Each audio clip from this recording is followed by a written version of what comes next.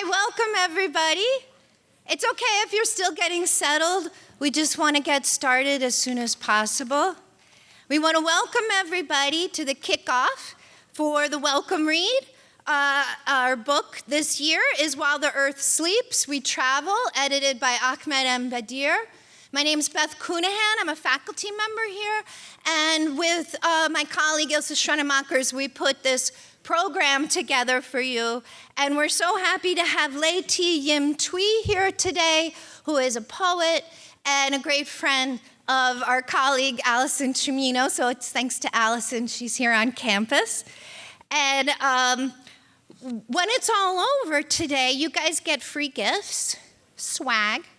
You get a notebook because Thúy is going to give you a little writing to do. And you also get the world. That's squishy. So when you're stressed out, you can squish the world. And thank you very much and enjoy. Thank you all. It is a great joy and honor to introduce to you diễm Thúy and see the fruition of a seed planted years ago, to have her here to visit at QCC. Thank you to the organizers of the Welcome Read, Drs. Cunahan and Schrenemakers. Thank you to our English department chair, Dr. Edlin. And thank you to all the instructors and professors who brought their students here. We are so happy you're all here today. Diễm Thúy is a Vietnamese American author, poet, and performance artist and visual artist whose work is lauded for its exploration of the role of the body as a site of memory. To me, her work embodies what the poet Jane Kenyon, citing Galway Connell, describes as tenderness towards existence. There is so much presence and loving attention in her work, as in the novel The Gangster We Are All Looking For, published by Knopf, where a young girl and her family immigrate from Vietnam to the United States. Thúy's spoken and written work creates a space where we can look at ourselves and each other with empathy and grace.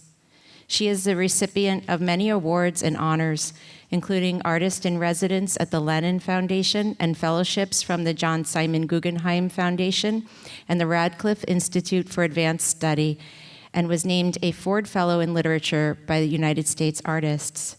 Her solo performance works have been presented at the Whitney Museum of American Art at Philip Morris, the International Women's Playwrights Festival in Galway, Ireland, and the New World Theater at the University of Massachusetts Amherst. In addition, you can find her TED Talks online. Her poem, Sans Papier, was written as a part of a response to a visual art for the Museum of Modern Art's poetry project. Thank you so much, Thúy, for being here with us today.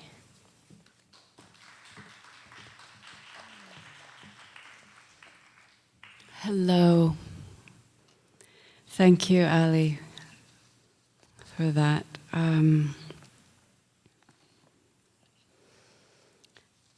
I want to thank Ilse and Beth and Ali for bringing me into this community. I want to thank each of you for being here today. And I will just outline briefly what I'll do. I work in poetry, prose, and solo performance. And so I'm going to give you a sample of those forms that I work in. And then I will hold some space towards the end for a conversation with you. I would like, as I present, for you to just think about what the words and sounds bring up for you in your mind's eye, and what sensations come up for you as the presentation goes. And I'll ask you about that at the end. And then I will also give you a writing prompt at the very, very end to leave with, okay? You could think about this presentation as my attempt to answer the writing prompt that I will give you. So that's one way to think about it. Okay, so let us begin.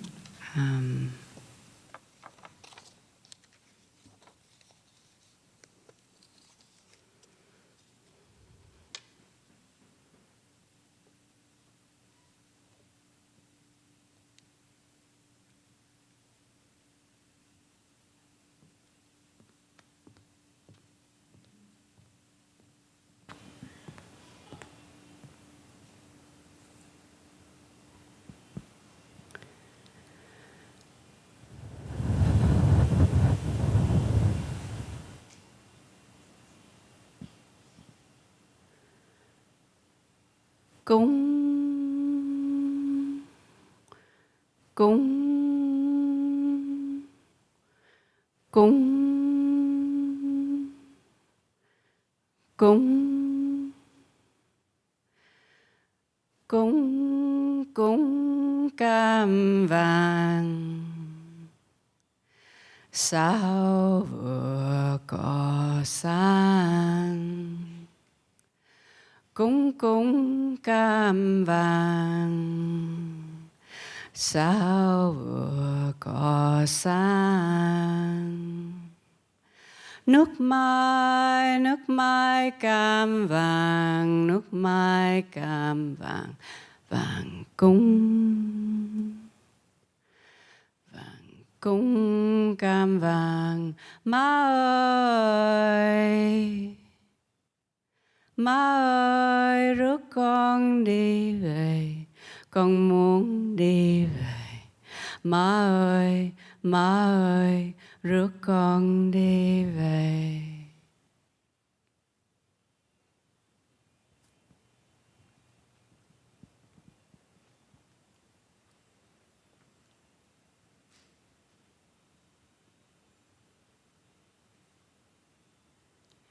Vietnam is a black and white photograph of my grandparents sitting in bamboo chairs in their front courtyard.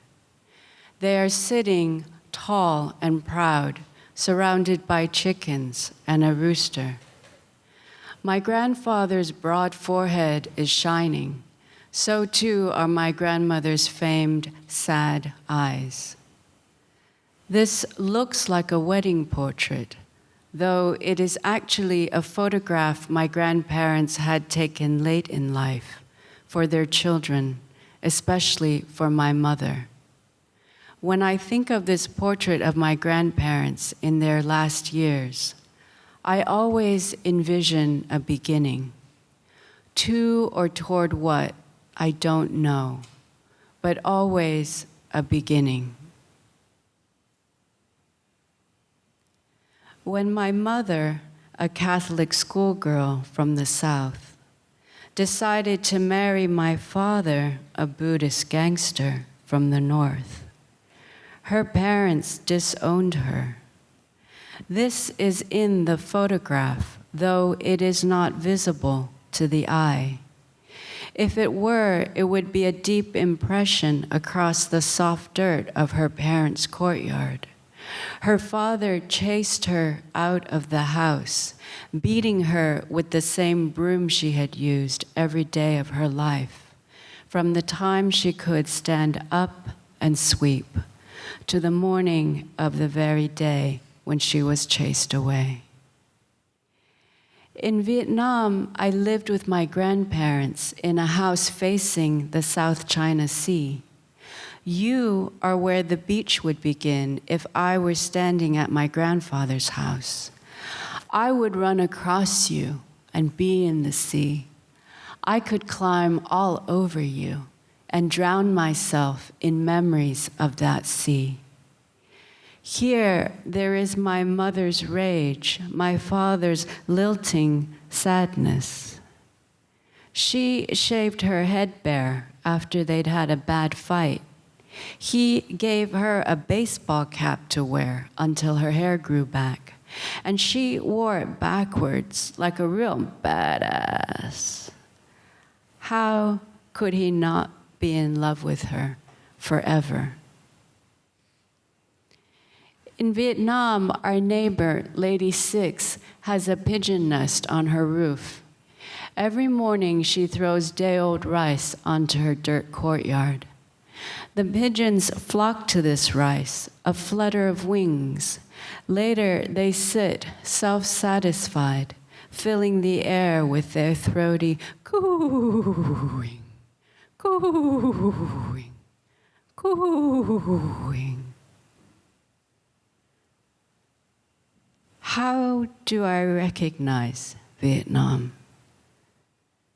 By the velvet sound pigeons make, by the drunken swagger my father takes, when late in the evening, teasing my mother, he loses for a moment his sadness and frustrated rage, and asks her simply, sweetly, for her name. And when she gives it, he repeats it softly, drinking her name in, drinking her name in. Mỹ, sao, em khỏe không? Mỹ, so,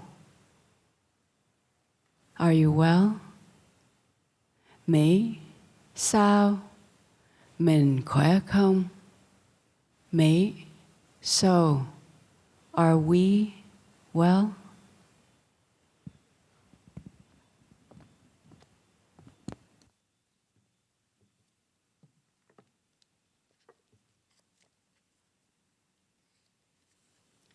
In 1978, an elderly couple in San Diego decided to sponsor through their church group 5 young Vietnamese men and 1 6-year-old girl from a refugee camp in Singapore. Mr. Russell was a retired Navy man. He had once been stationed in the Pacific and remembered the people there as being small and kind.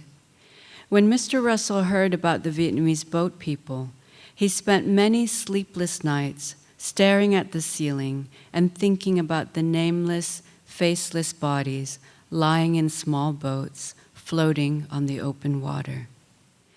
In Mr. Russell's mind, the Vietnamese boat people merged with his memories of the Okinawans and the Samoans and even the Hawaiians. One night, Mr. Russell fell asleep and dreamed that the boats were seabirds sitting on the waves. He saw a hand scoop the birds up from the water. It was not his hand, and it was not the hand of God. The birds went flying in all directions across the blinding blue sky of Mr. Russell's dream. But finally, he saw them fly in only one direction, and that was toward the point where, in the dream, he understood himself to be waiting, somewhere beyond the frame. What happened during those hours when I sat in the fishing boat and waited for my father to return? Were they hours or only 1 hour? Or 1/2 of 1 hour. It was after sundown. We were escaping, so we needed darkness, but I don't remember darkness and I don't remember light. I was waiting in the boat and the boat filled with people, but I remember no one other than my father. He walked slowly toward me, gently pushing everyone else aside. He picked me up and kissed my hair. He stroked my face and rocked me, even though I wasn't crying. The boat must have cut into the water as it pulled away from the shore. But I don't remember the sound of the water, and I don't remember the shape of the shore. Is this because of the darkness? Or is it because we didn't turn around once to look at the lights of our town? My father stared ahead at the stars and at the moon, which was half full and half vanished. That first night at the refugee camp in Singapore, we lay in a hammock outside, trying to sleep. I had closed my eyes to the moon and was listening to the sound of the crickets, a hum that would stop and start at odd intervals. Amid these darting sounds, I began to make out one other, the sound of someone crying. Soon, the sound seemed so constant that I pictured a flood of tears rushing toward us.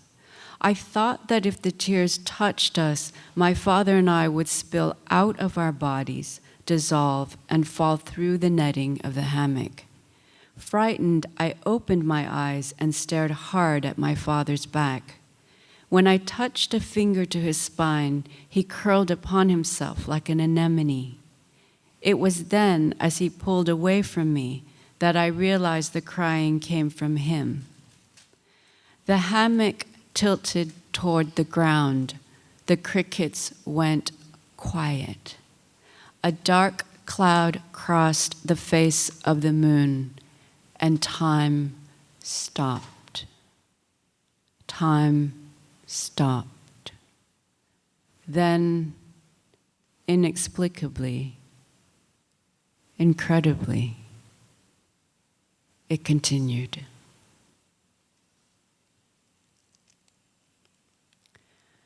So I asked you all to look at a poem of mine called Sans Papier, which I will read. But first I want to share a poem that I wrote when I was a freshman in college. After I wrote Sans Papier, I realized that this poem, Big Girl, Little Girl, is a companion. The poems belong together. It's just that they were separated by over 20 years. So I'll read Big Girl, Little Girl first, and then I'll read Sans Papier.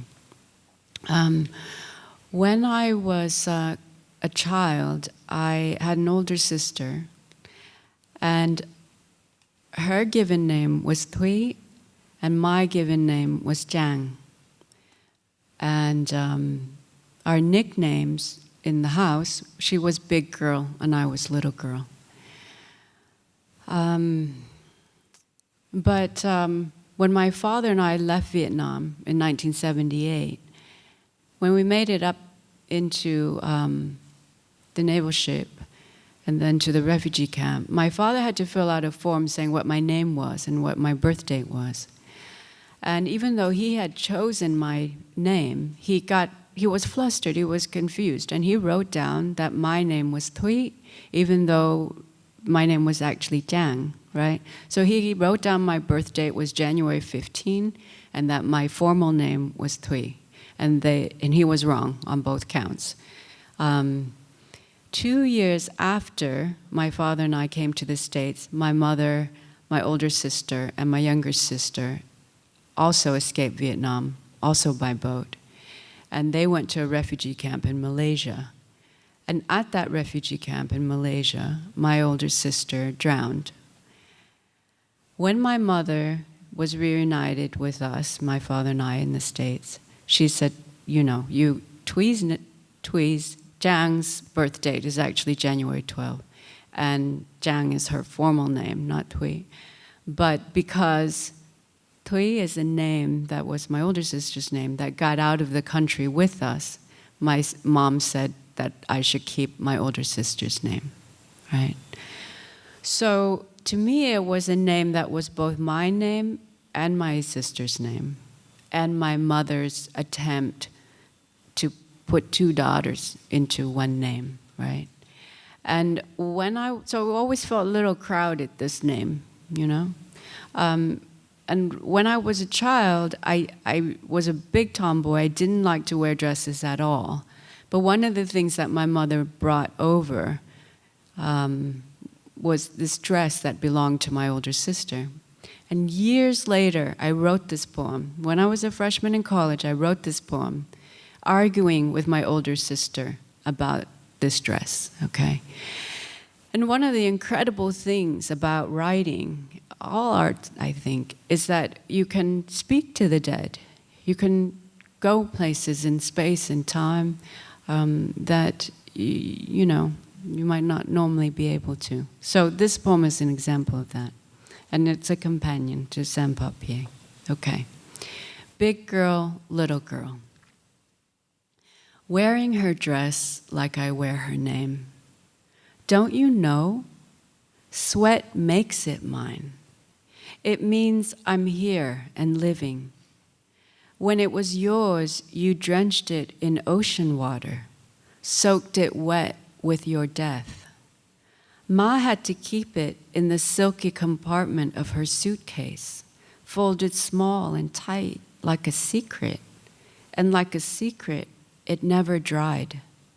If I hadn't dragged this dress out of the attic, it would have spilled out. And me, the biggest girl now that you're gone, I would have had to swish you round the floor until everything you spilled was soaked dry by this dress. Isn't it better I dry it on my body? Each drop of sweat pushing back the waves, so that when I'm the age you left, dying, I will have pushed the entire ocean out and gone leaping across it, both legs kicking in the air, the way we used to leap over jump ropes, running to meet on the other side. It didn't even touch me, we'd say. Okay?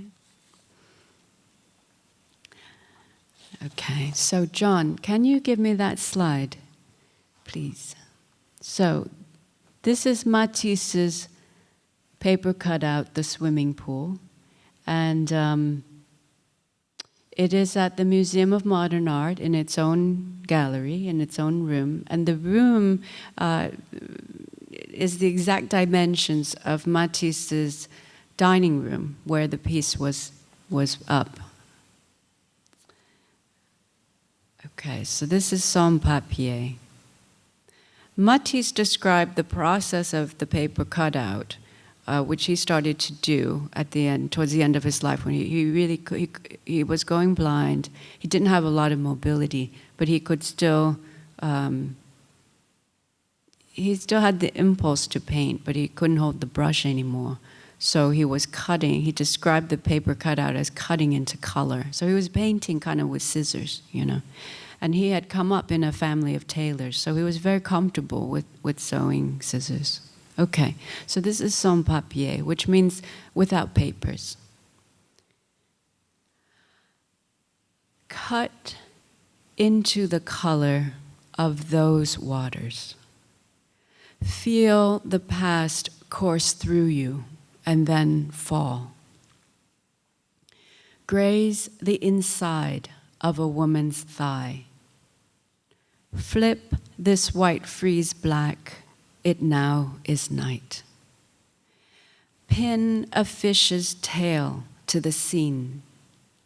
Inhale the trail of fireworks on the shore. Watch the world explode before your eyes. Lift these threads of memory off the floor. Weigh the seas you swallowed to swim here. Okay. So when I wrote this poem, I was looking at the paper cutout, the swimming pool, and thinking about how exuberant it is. It is very much about the energy of daylight, bright daylight, hot sun, you know, joyous, exuberant bodies, diving, throwing themselves around. And I was thinking about someone standing before this work of art and having a very different experience of water, right? So someone perhaps like me who crossed a body of water to come here, crossed water at night, dark water, right? So I thought, what if someone is standing in front of this work and it's daylight and they can, through their own experience, read the work differently and start to unpin it, start to take it apart, you know, so that all these pieces fall to the ground. And that was part of what was the impulse of the poem. The poem is also, for me, a portrait of the very night that I left Vietnam. I left Vietnam on April 30th, 1978. It was the 3rd anniversary of what they call the reunification of Vietnam.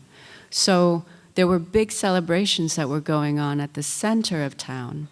And we were leaving by boat, which meant that the beach was going to be clear. The police were not going to be patrolling it. And there were huge fireworks being displayed that night.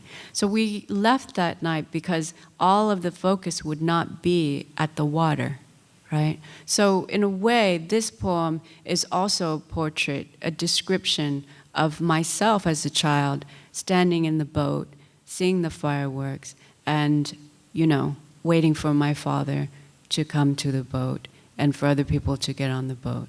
Right? So you don't need to know that for the poem to work, I think, but it is my personal cut into the color of that water, the night color of that water.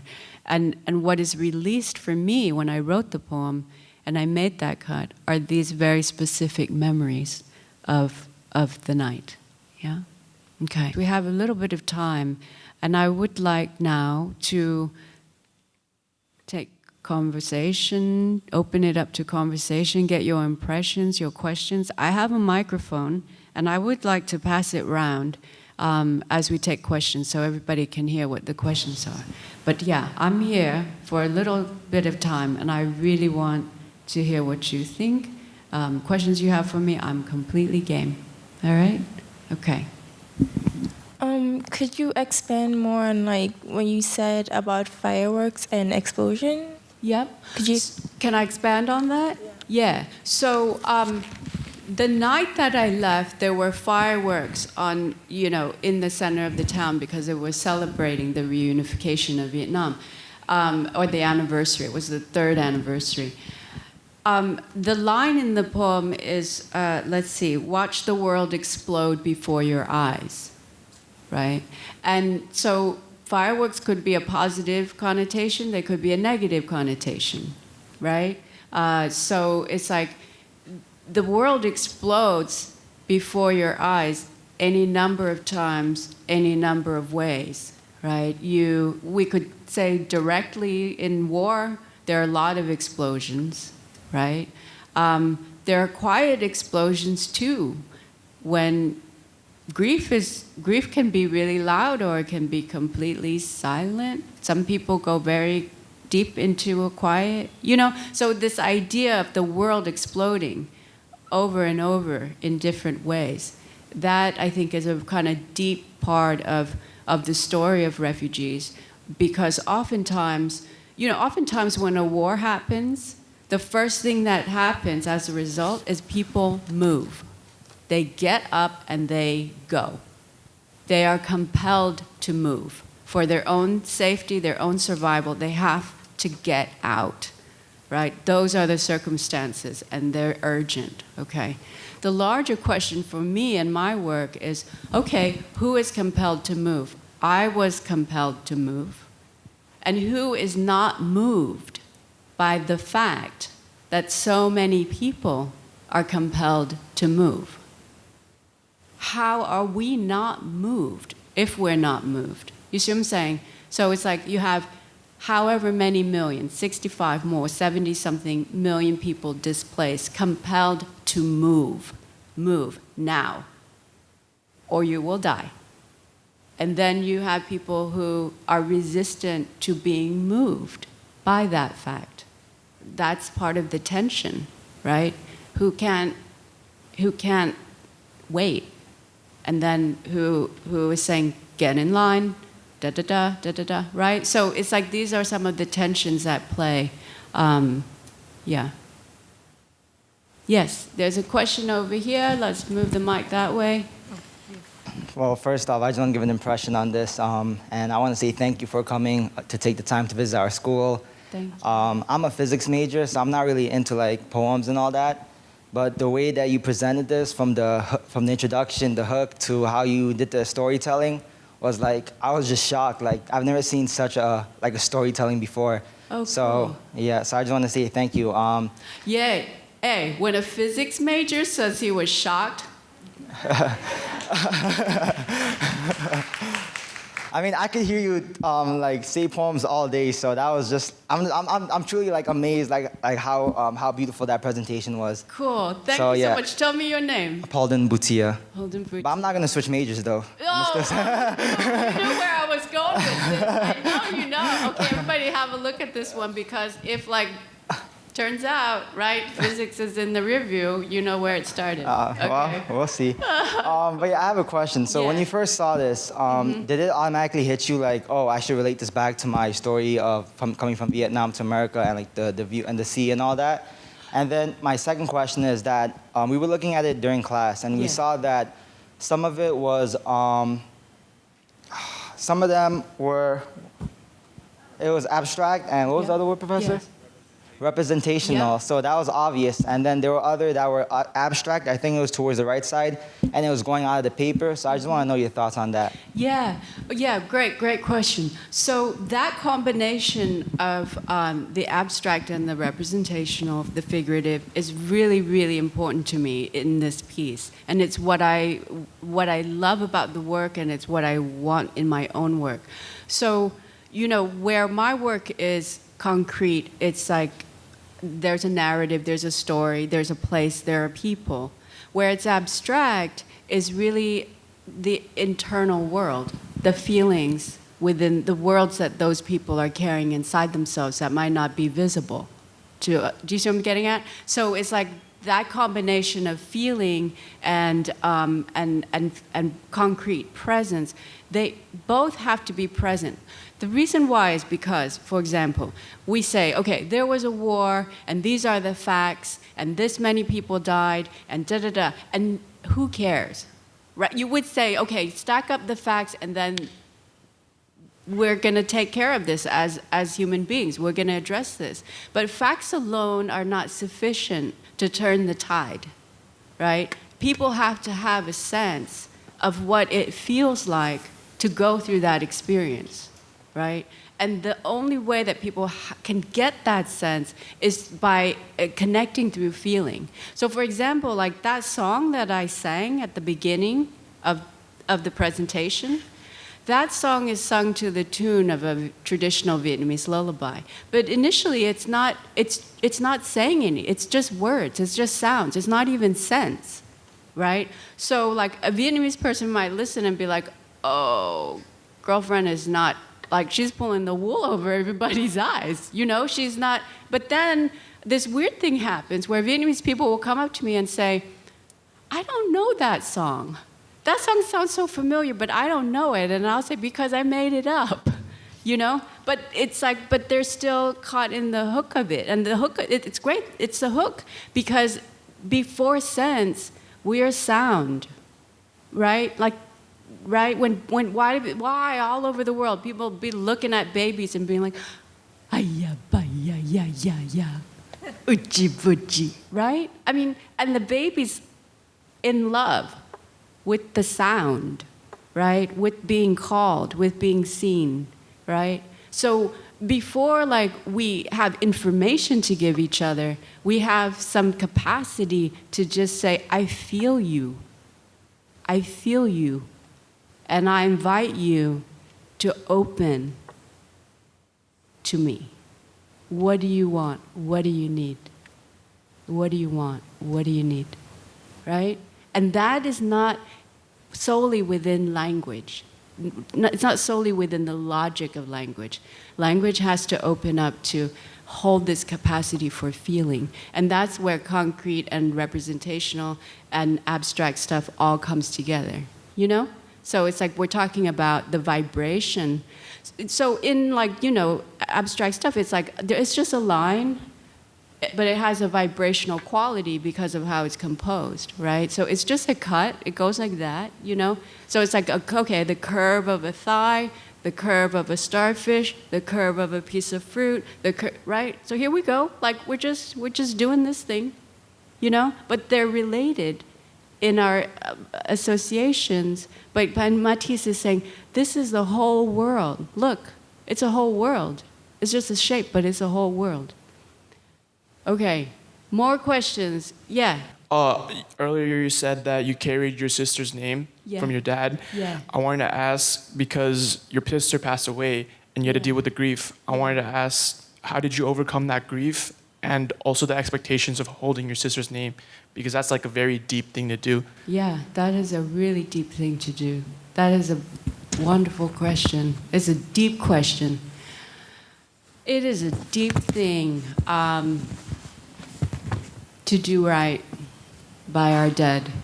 It is a deep, deep thing to do right by our dead.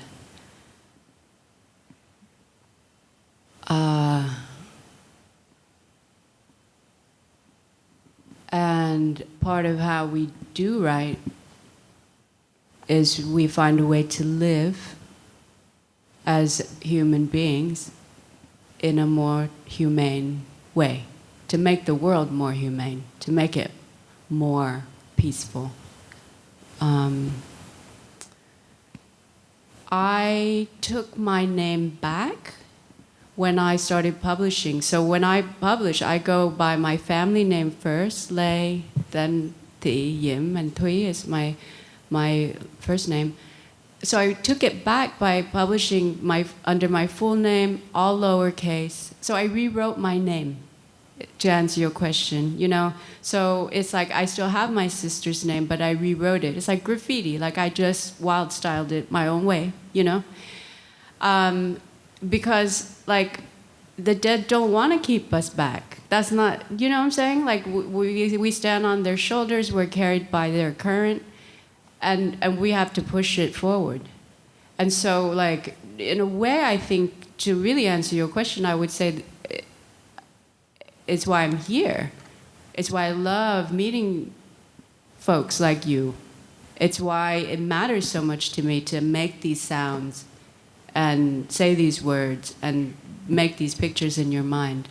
And that I hope, because I'm open and I'm sharing, that it will spark something in you to share, you know, with one another. First with yourself, your deep self, and then with one another, you know, because I'm leaving, but you're all still here. And, you know, and you have this in common. You had this hour with me and each other in common. And I hope that something comes out of that for you, okay? So that's, yeah, I think that's the work. Good afternoon, everybody. My name is Jeremiah Moan. I think a main question that I really wanted to ask is that, do you think that when writing a poem, that it's better that you actually have had experience within whatever you're writing about? Or do you think that you can have equal impact if you never experience what you're actually writing in? Okay. I think, so when you write, you're drawing from two things. When you make any kind of work of art, you're drawing always from your experience and your imagination, right? So it's like there are things you experience and you recall, you remember, and then you imagine your way towards things that you might not have experienced. You actually are using both, okay? I think that even when you make things up, you're recalling based on things that are similar to what you're making up. You know what I'm saying? So it's like you're never outside of both experience and imagination.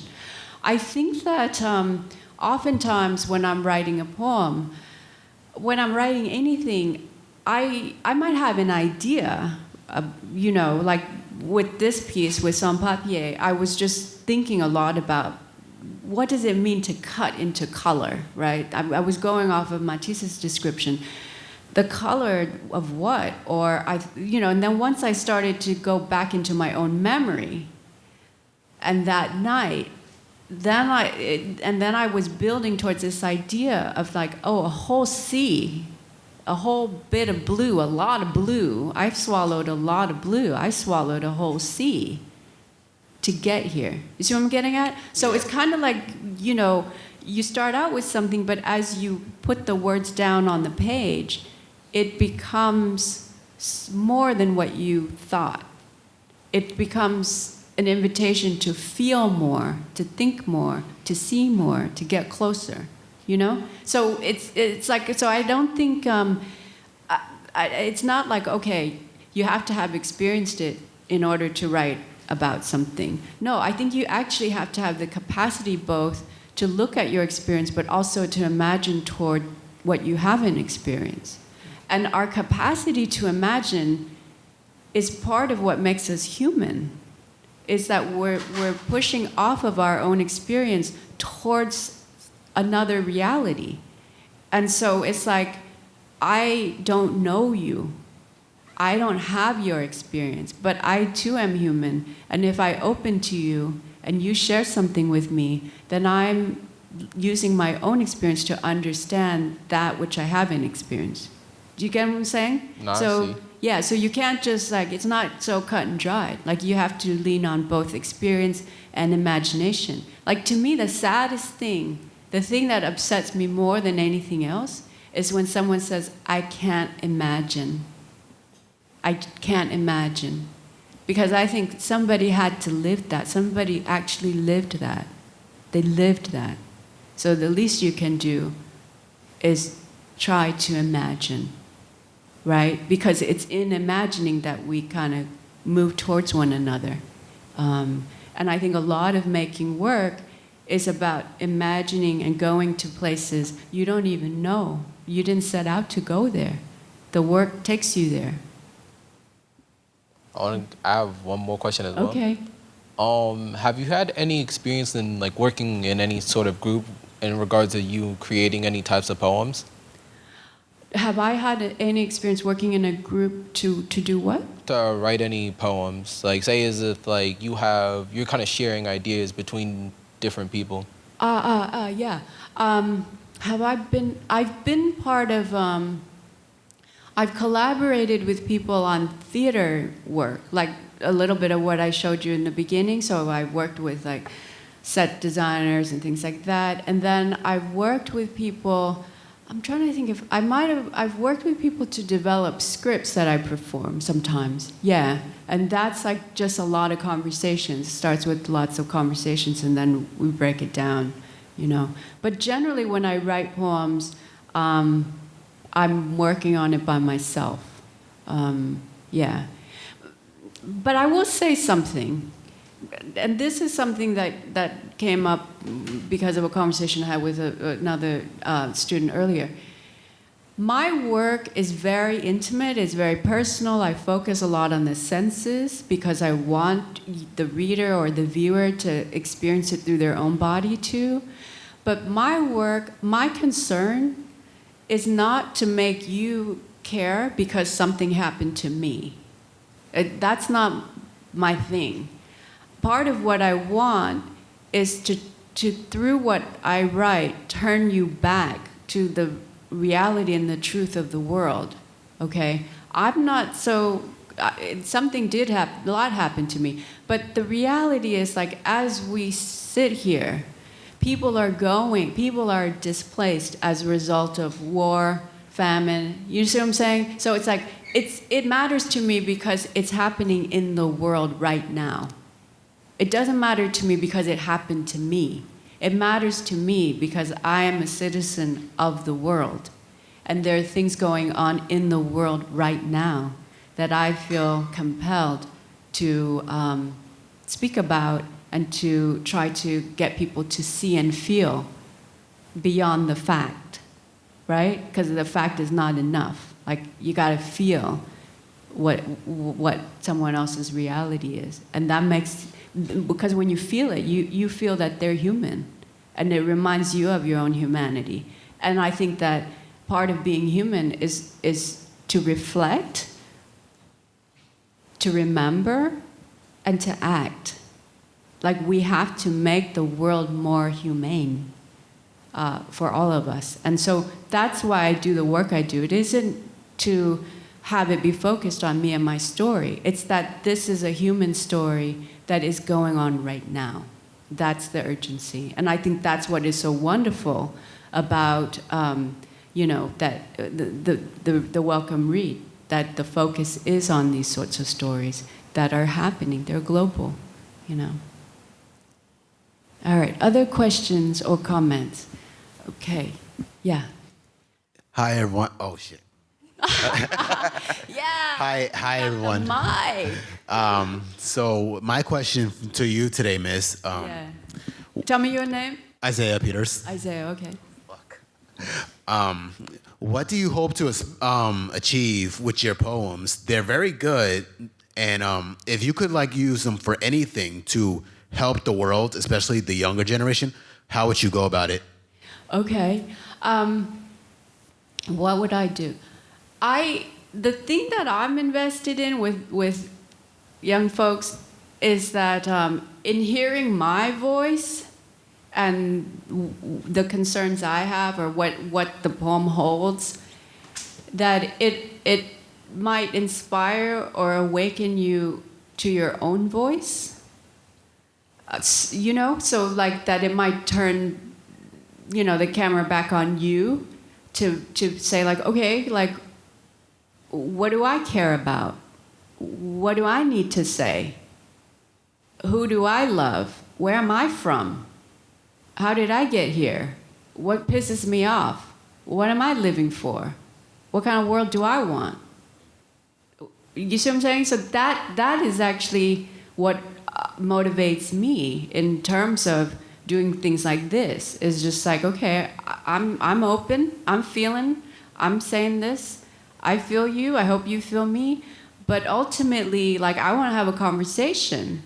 And for that to happen, you all got to kick in, And so ultimately, I want you to raise your voices and for your voice to be full of passion for what it means to be alive. That's what motivates me to share my work. Okay. Other questions or comments? Hello, everybody. My name is Will. I will. So you mentioned early on that your poetry is more cerebral and emotional. The only question I really have to ask you today is, does it come on easy for you? You can easily it's something that you can easily just gravitate towards, or do you have to get in that mindset for a little bit, or concentrate on it for a little while? You mean, does writing come easily? Does making the poem come easily? Or all of it? Oh, yeah, it's so easy. I wouldn't say it comes... I learn what I care about when I sit down in front of the page. So it's a long time coming. There are certain things that are a long time coming. And the thing about the page... And I always tell my students this when I teach writing, the page can take everything you've got, and it wants more, actually. So, there is nothing more fearless to me than the page. It's give it to me, all of it. It can take everything, And so when I sit down to write, I'm going to sit down with so many questions I have, and I'm led by not knowing. It's not that I know what I'm going to write, or it's that I know anything. It's that I'm sitting down to find out what I care about and the questions that I have. So one of the early questions was, why does Vietnam is not a war, it's a place. It's a place that I came from. It's a country, it's a family, it's a village. It's not a war. If we just talk about it as a war, then there's no sense of peace. There's no before, and there's no after. You know what I'm saying? So there's no my parents falling in love, and there's no refugees washing to shore. You get me? So it's you gotta. So it's there's the way that the world is presented to you by whoever, however. And then there's you saying, I don't think so. I don't think so. That's not my life. That's not what I saw. That's not what I feel. I'm going to push pause, and I'm going to keep it on pause for as long as I need to hear myself think, feel, sing, scream, and say something about the world. that I'm in and that I came from and that I want to be in. So you see, it's like every work is a contention with the world that is quote unquote given, and the world that you would fight to make, and the world that you know you came up in. And that world is always going to be full of people and places and flavors and songs and sounds. You see what I'm getting at? So the work is a long time coming in the sense that art is always late. Like, I wrote this book really to honor my mother and my father, to say, like, Min and me are here in America. I wrote it like 20 years after they arrived, though. You see what I'm saying? But still, it's a work of love, and here we go, right? So art is slow, but I think it holds things that are real, if you're willing to put that in the work, if you're willing to take that risk, you know? Yeah. Yeah, another question, and I know we touched on it a little bit with the emotions part, and I guess it goes for all poets too. Okay. Can you just go off of any sort of emotion to make like a poem? I.e., can you be like happy and write a poem according to that? Can you be like angry and write a poem according to that? Can you be like upset, and so on and so forth? Well, I mean, you're talking about kind of fragments of feeling, you know, at different intensities. And earlier when I was talking about, okay, like when you sit down to write, you find out like what's going on. You think you have an idea, and then you realize, like, when you're sitting in front of the page, oh, okay.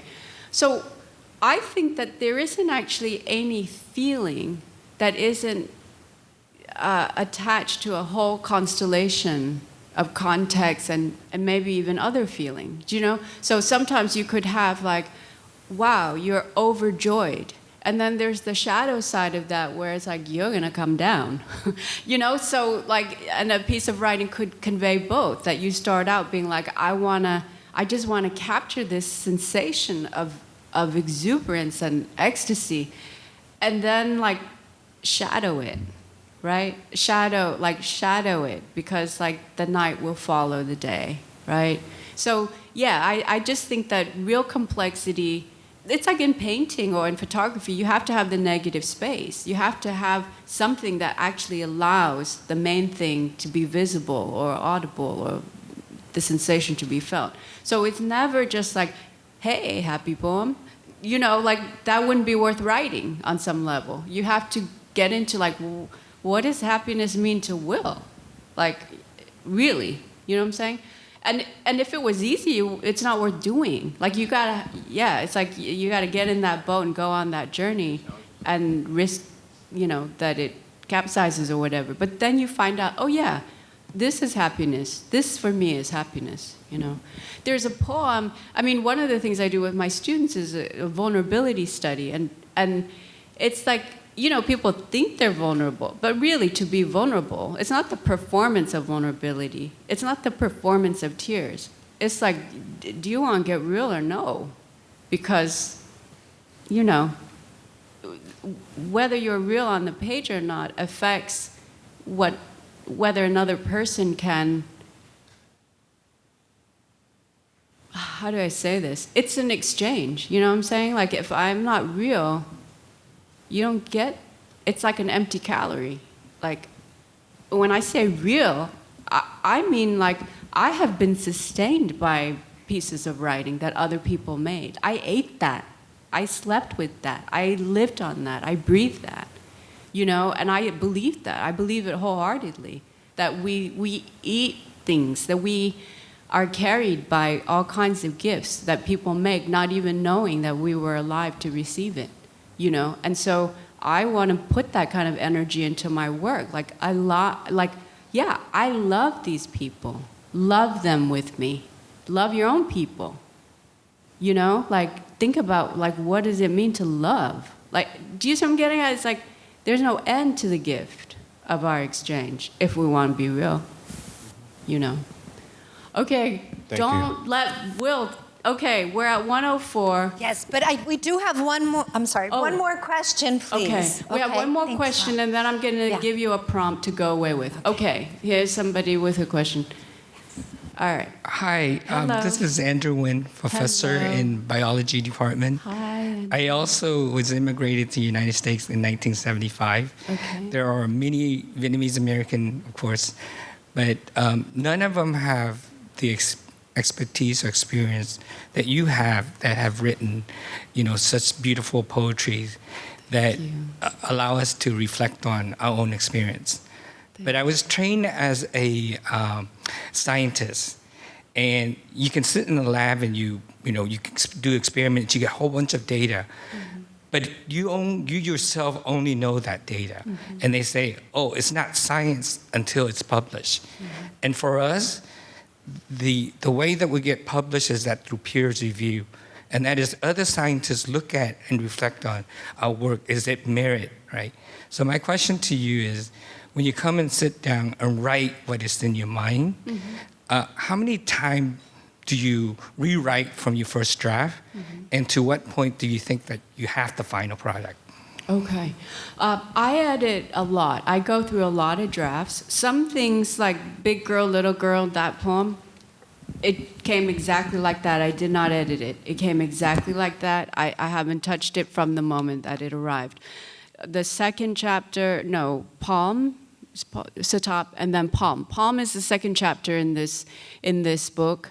I must have done 50 drafts of the second chapter. And when it first came to me, it was the line, "I stood in that small room and wept into the desert of my palms." That was a line that came to me. I didn't know who was saying it. I didn't know what it was about. And I just, I didn't know where it was. Like, I didn't know anything. I just heard that line, and I had to write a whole chapter around it. So I edit a lot because, the first, what you get on the page, and then what you make of what you get, right? When you start carving it and you see the way that the work breathes and its musculature. Because basically what you want is that you want to build something that a stranger don't know you, don't care about you, nothing. It doesn't matter. They should be able to pick it up and get something from it. And that's the responsibility of the artist, is really to get it to that place. And it's idiosyncratic. When I know that it's over, it's done, and I really can't tell you even how. I just know, like, I get to a line and I say, like, there isn't anything past. It's like the water's edge. It's like there's nothing beyond it now. I have to let it go.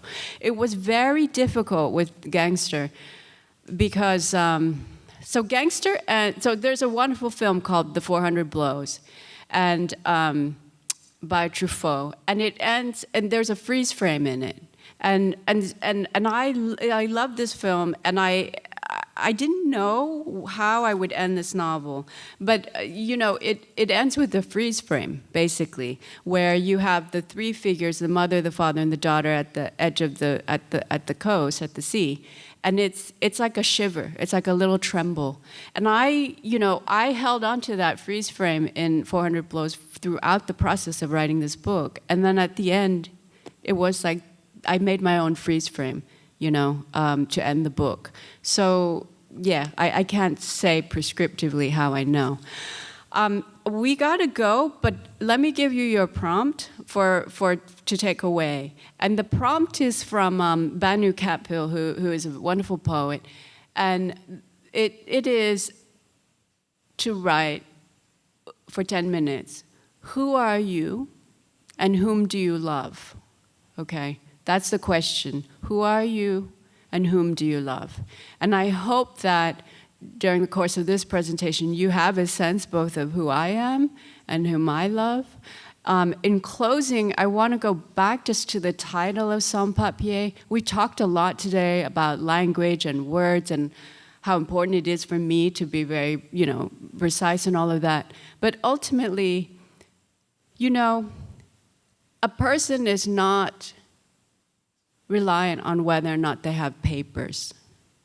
That is part of the kind of point of that poem, or one of the underlying things, You are whether you have the language to make yourself fully visible. You are whether you can speak the language that might make you more audible.